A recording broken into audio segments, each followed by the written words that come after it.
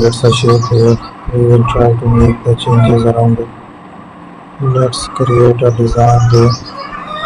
We will generate different features. Keep it simple. We will try to make the designs here. Add another design. To use the shapes, add a paint there. We are using. Let's create a new shape here. We are change the style of the layer. Use the razor tool on that style. So